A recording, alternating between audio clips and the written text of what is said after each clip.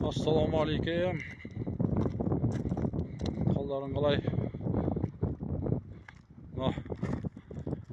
2025-31 июль. Бүгінде жауын жауып керемет. Жолдың бойы, көпірдің ешқайсысы дұрыс салынбаған.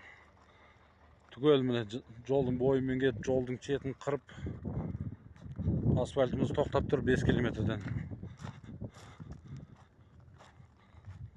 Ауылдың адамдарының айтуын тыңдамай, көпірді көлденеңінен сап, судың бәрі төмен кетіп, жолдың бойларын бәрін жырып жатыр.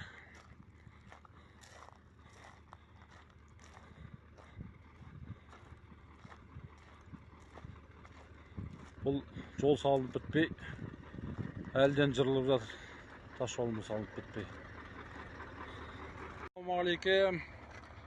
Міне Панфил ауданы, Қоңырлен округы, Ынталы ауылының тас жолы 5 километрін салды, одан бері тоқтап қалды. Міне бүгінгі жаңбыр, өткен жолғы жаңбырдың жолдың жетіне шығып, мына жерде көпір жоқ. Көпірдің бәрін керісінше шаған, ауылдан бері шыққаннан көпірдің бәрін көлденең салып тастаған. Судың бәрі төмен ағып, осы жерге келіп жиналып,